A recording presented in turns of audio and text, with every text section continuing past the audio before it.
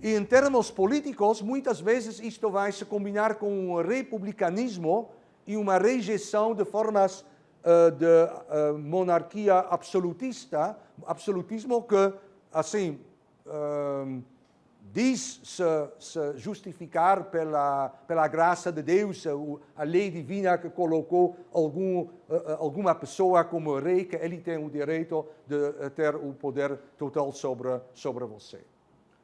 Então, ali você já pode adivinhar que os resultados políticos de uma tal ideologia vão ser bem mais radicais, extremas, do que o luteranismo. O luteranismo facilmente se vincula a uma mentalidade de obediência aos poderes. Exatamente. Então, os príncipes que pegam o luteranismo e usam o luteranismo para inculcar a ideia de uma cega obediência aos súditos. Mas no calvinismo não tem esta ideia de obediência, tem a ideia de contestação. Então, isto é um perigo bem maior para os poderes católicos e também para as potências luteranas que vão se desenvolver. Alguns elementos centrais para entender o significado desta reforma. Em primeiro lugar, então, você tem uma volta a ler a Bíblia. Então, isto também vai incentivar, aliás, a alfabetização, pois você precisa saber ler antes de poder ler a Bíblia. Então, isto também é um elemento, digamos, emancipador e, em última instância, democratizante. Mas na Bíblia, os protestantes vão muitas vezes se identificar com o povo judaico que está sob pressão de várias potências pagãos, os assírios e os egípcios e outros, e obviamente então você pode facilmente colocar o protestante só o povo judaico e o imperador é o imperador assírio ou babilônio ou algo do tipo, sim? Então esta resistência do justo contra a opressão por si vai obviamente nutrir uma resistência contra a unipolaridade e eventualmente vai ajudar a multipolarização da Europa. Em segundo lugar, tem não sempre e não automaticamente, mas praticamente mais de uma vez, um vínculo, uma sobreposição com outras heresias e contestações anti-autoritárias e individualistas que acontecem na Europa já na Idade Moderna. Por exemplo, o próprio humanismo também é um tipo de resistência, embora nem de longe necessariamente anticatólica. Mas muitas vezes, então, o protestantismo vai conjuntamente com uma experiência muito mais individual da fé. Sim? Em terceiro lugar, e isto tem nada a ver com o protestantismo por si, mas o mero fato que você tem mais de uma maneira de ser cristão, digamos, em meados do século XVI, já tem milhões de protestantes na Europa, sim? E tem observadores, jornalistas da época, digamos, ensaiistas, intelectuais, que vão receber relatórios ou ver de primeira mão esta diversidade cultural religiosa da Europa. Eles vão receber e ler relatórios de viajantes que descrevem como também nas Américas tem tribos e eles nem conhecem Deus e Jesus Cristo e até são canibais e mesmo assim eles parecem viver bem de forma legal e não parecem ser extremamente infelizes em comparação com os europeus. Tudo isto, esta diversidade, conhecimento da diversidade, vai nutrir o começo de um pensamento de tolerância. Talvez é justificado ter variações no gênero humano, várias maneiras de viver, várias maneiras de venerar a divindade, etc. Então, isto pode nutrir uma ideia de tolerância, pode também, eventualmente, chegar a uma ideia que todas as formas são de igual valor e que não tem nenhuma justificativa para a prepotência de só nossa fé é melhor, ou só nossa cosmovisão, ou nossa filosofia é melhor do que todos os outros. E, finalmente, eu menciono rapidamente a chamada tese de Weber, pois isto também é algo interessante, embora não totalmente comprovado. Max Weber foi um sociólogo no começo do século passado, século XX. Sociólogo alemão, um dos pais da sociologia moderna, conjuntamente com Karl Marx e com Durkheim.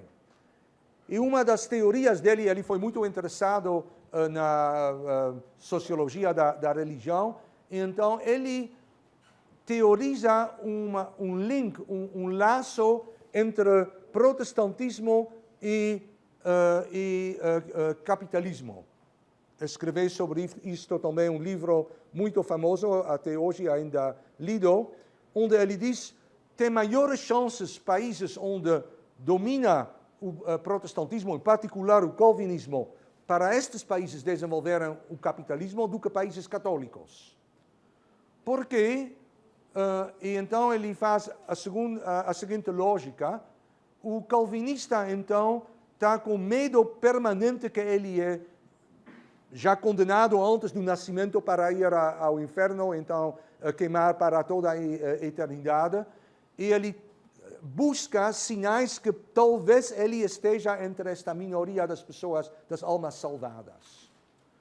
E como ele faz isto? Por fazer uma vida muito ascética, sem ser monge. Ele é muito virtuoso, ele é muito bom trabalhador, então ele vai acumular as riquezas. E se desenvolve uma teoria: se você tem êxito neste mundo, pode, não garantido, mas pode ser um sinal de Deus que você está entre esta minoria dos chamados eleitos, daqueles que vão ser salvados. Então ele tem toda a necessidade e o ímpeto para adquirir mais e mais êxito neste mundo em termos econômicos, pois se ele recebesse isto, então ele pode interpretar: talvez eu vou ser salvado. Então, os calvinistas trabalham muito duro, fazem ganhos, lucros, se enriquecem e ainda têm medo. Agora, o que você faz se você tem muito dinheiro? Faz festas, faz filantropia, faz viagens, todas as coisas que um bom calvinista não pode fazer, pois isto é aproveitar a vida. Então você arrisca perder a salvação, pois então você cai em pecados. Então ele não pode gastar o dinheiro. Então se você tem dinheiro, você não pode gastar. O que você pode fazer? A única coisa que um bom capitalista pode fazer com dinheiro que você não pode gastar é de reinvestir. E você faz mais dinheiro. Isto é basicamente a definição do capitalismo. Então, desta maneira que Weber tenta explicar o fato que o capitalismo vai se desenvolver na Inglaterra, nos Estados Unidos, depois na Alemanha, mais do que, por exemplo, na Itália ou na Espanha, que estão sob o controle da Contra-Reforma. Ok. Agora, então, esta Contra-Reforma, você pode ver ali uma igreja, aliás, aqui no Brasil, que é o oposto de uma igreja calvinista, com muitas decorações, sim? Demorou bastante, mas eventualmente, então, a igreja católica vai reagir. Não esquecemos também que a igreja católica, no começo do século XV, estava, por um lado, então, numa situação onde as lideranças, os papas, são basicamente príncipes, digamos, políticos acerca de Roma e o Estado papal. Eles são, em primeiro lugar, interessados em sobreviver e expandir seu território e seu poder. E só em seu tempo livre ainda lida um pouco com a espiritualidade e liderança das outras almas da cristandade. Em segundo lugar, que tem muitas vozes para transformar a igreja, para limpar a igreja, para escutar o que dizem estes protestantes sem não totalmente rejeitar, que então estão a favor do diálogo entre os crentes. Diálogo religioso até interreligioso. E, no certo momento, a Igreja Católica vai totalmente fechar esta porta. Mas isto só acontece na segunda metade do século XVI, em meados das guerras de religiões. E antes disto, então, foi uma situação bem mais opaca e pluriforme, se não pluralista. Mas, ok, após muitos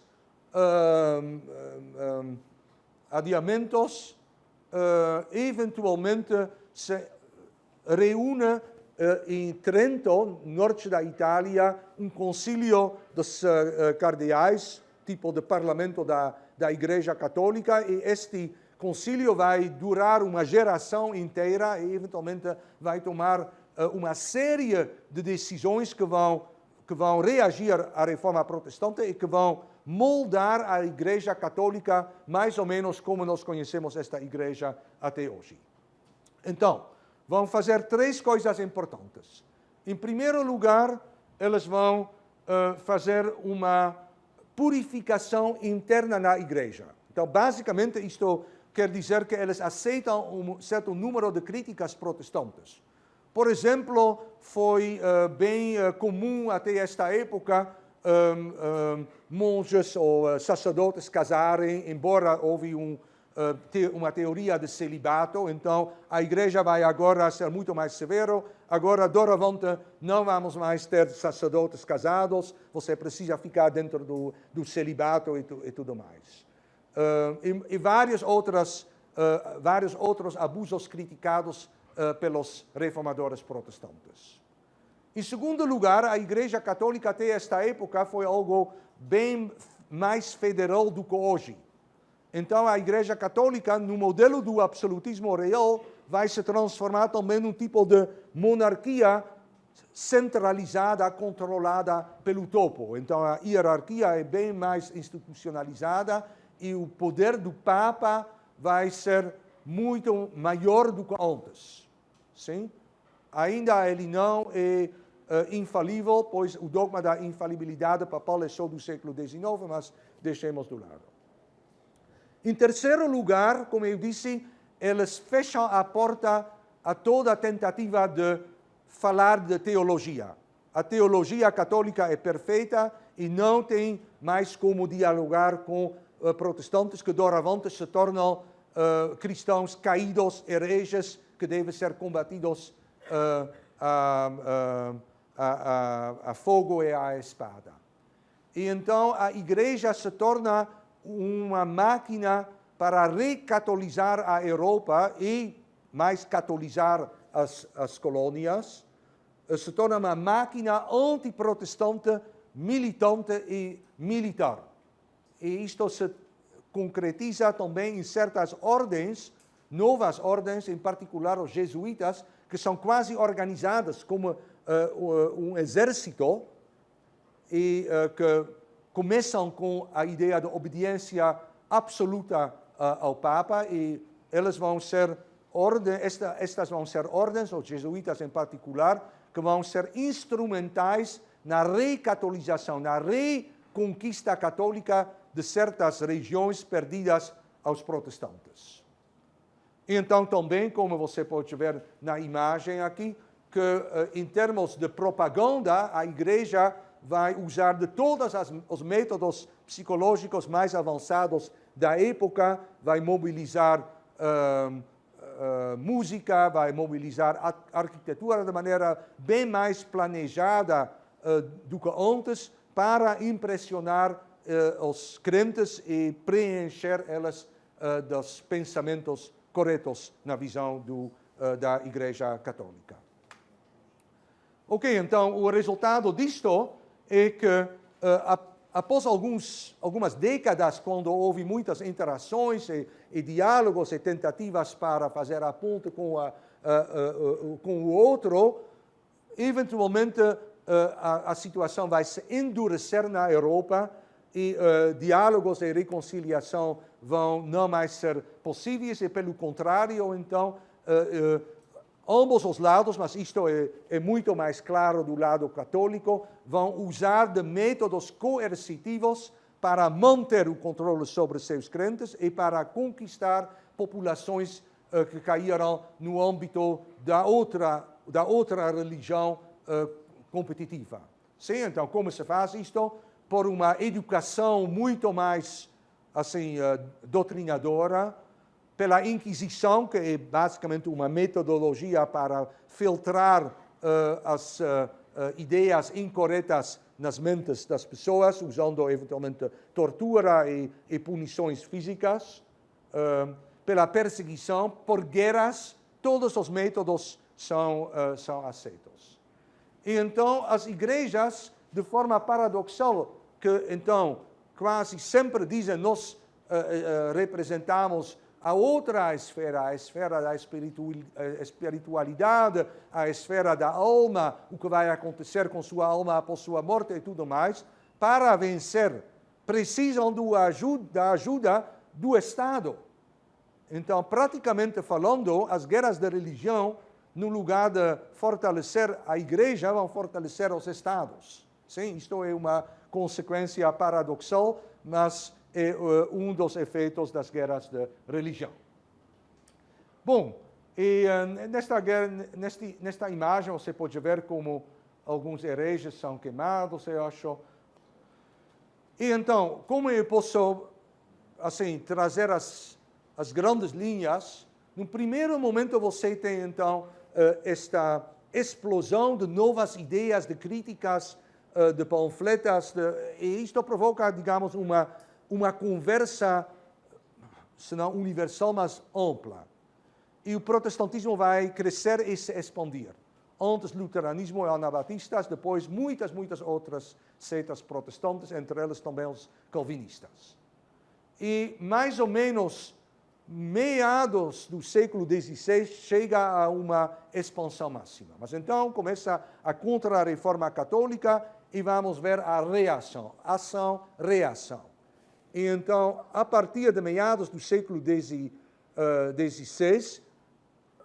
vamos ver recuperações católicas. E então, isto também tem vai e vem, e certos territórios são um momento protestante, o próximo momento católico, às vezes novamente protestante e novamente católico, mas eventualmente os católicos vão reconquistar uma boa parte das zonas perdidas antes. E então, isto vai até meados do século XVII e se vincula, como eu disse, também com as guerras de hegemonia dos Habsburgos. Pois os Habsburgos, então, mais e mais vão se colocar com os campeões da ortodoxia católica contra os protestantes. E então, as guerras de religião são, às vezes, guerras civis dentro de um país, digamos, dentro da Inglaterra ou dentro da França, e às vezes são guerras internacionais dos Habsburgos ou contra os Habsburgos, às vezes de outros atores, mas quase sempre os Habsburgos são de alguma forma implicados. E então isto continua. Eu falei de Carlos V, que chega à maturidade em 1519, então é um jovem de 19 anos, assim, sua idade ou ainda um pouco mais jovem, então já é imperador, e ele é imperador até 55, e depois seu filho continua, e depois da morte do filho, ainda no século XVII continua, por uma nova rodada de guerras de religião. Então, só com a paz de Westfália, em meados do século XVII, vai chegar a uma certa estabilização. E quando nós chegamos a esta estabilização, também toda a cena geopolítica está modificada. E não mais temos um grande poder dos Habsburgos, pois eles são derrotados, e sobrevivem ainda, mas perderam muito do seu poder. E, por outro lado, temos a emergência da França, da Inglaterra e logo também da Holanda. Então, isto é o que nós precisamos ver agora em um pouco maior detalhe. As guerras de religião se dividem em 3 fases. E estas fases coincidem, então, com os vários rulers, os vários governadores ou imperadores Habsburgos. Uma primeira fase coincide com a primeira metade do século XVI, é a época de Carlos V. Temos um momento, um pequeno intervalo, e depois que desaparece Carlos V no monastério, onde ele vai meditar sobre todos os seus pecados, dos poucos anos que ele ainda sobrevive. Então temos Filipe II, o rei da Espanha, o filho do imperador, que continua as guerras. E isto vai até morre Filipe II em 1598, e temos novamente uma pequena pausa, até os sucessores de Filipe e também dos Habsburgos austríacos vão reiniciar uma nova e terceira rodada de guerras, e esta rodada nós chamamos da Guerra de 30 anos, que foi uma verdadeira guerra mundial extremamente destruidora. Então, é esta guerra que vai eventualmente terminar com a derrota dos Habsburgos e a emergência da França. E isto, apesar do fato que os Habsburgos, só de todos estes líderes nas guerras de religião, têm uma entrada permanente de recursos de prata e de ouro das Américas. Estas guerras gastam recursos imensos, mas mesmo assim eles não conseguem tornar isto numa vitória militar, política e ou religiosa.